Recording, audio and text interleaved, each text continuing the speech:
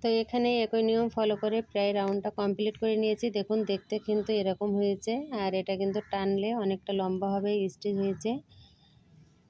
তো আশা করি বুঝতে পেরেছেন কুশি কাটার সুন্দর এই ডাবল কুশি স্টিচ দিয়ে কিভাবে এই টুপিটা শুরু করতে হয়।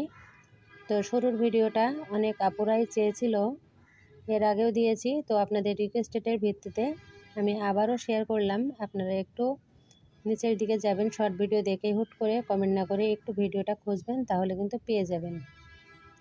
এখন আমি এখানে ব্যাক পোস্ট 2 ডাবল কুশি করে নিয়ে ফ্রন্ট পোস্ট 1 ডাবল কুশি করলাম। এখন জয়েন করার পালা। তো প্রথম যে 3টে চেন করেছি আমি 1 2 3, এই 3 নাম্বার চেনের ভেতর দিয়ে এখানে স্লিপ স্টিচ করে জয়েন করব।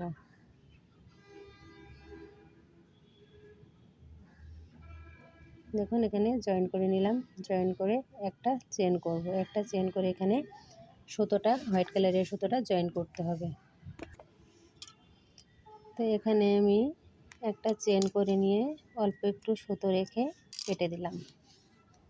এটা হলো 3 মাস বয়সের বাচ্চার জন্য। এখন আমি হোয়াইট কালারের সুতোটা জয়েন করে নেব।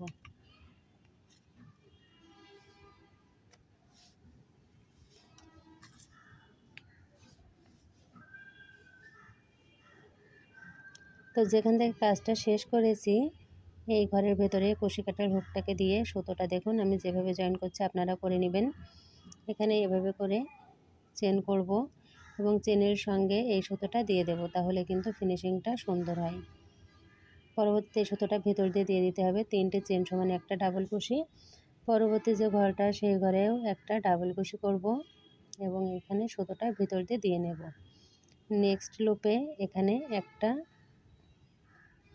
ডাবল কুশি, নেক্সট লুপে একটা ডাবল কুশি,